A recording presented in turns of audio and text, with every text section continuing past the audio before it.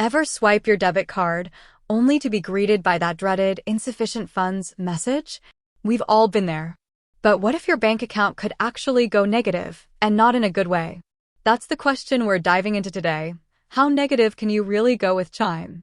Is it a helpful safety net or a potential pit of financial despair? Let's break it down and get real about Chime's overdraft situation. Chime, the fintech darling. Chime exploded onto the scene as a challenger bank, promising a new way to manage your money. No hidden fees, mobile-first experience, and instant deposits. It all sounds pretty sweet, right? But with great features often come hidden costs, and overdrafts are a big one. So, how negative can you go? Unlike traditional banks that might hit you with hefty overdraft fees, sometimes reaching up to $35 per transaction, Chime offers something called SpotMe. This sounds helpful. They'll spot you up to $200 on debits, potentially saving you from that dreaded insufficient funds message. But here's the catch, SpotMe isn't free. The not-so-free SpotMe. While Chime doesn't charge overdraft fees, they do require you to have qualifying direct deposits to even be eligible for SpotMe. On top of that, they recently introduced a voluntary tipping system for SpotMe advances.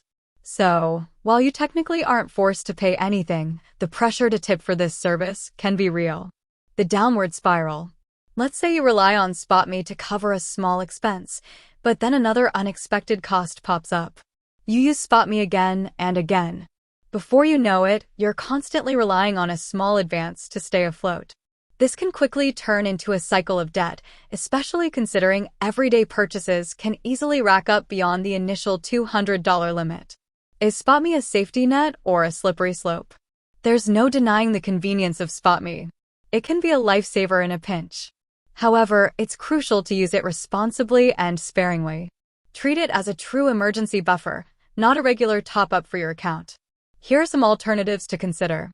Build a buffer. Set a goal to save a small amount each month to create a cushion in your account for unexpected expenses. Track your spending. Awareness is key. Use budgeting apps to monitor your income and outgoings so you're not caught off guard by surprise costs. Communicate with bills. Most companies offer payment extensions if you reach out and explain your situation. A little communication can go a long way in avoiding overdrafts.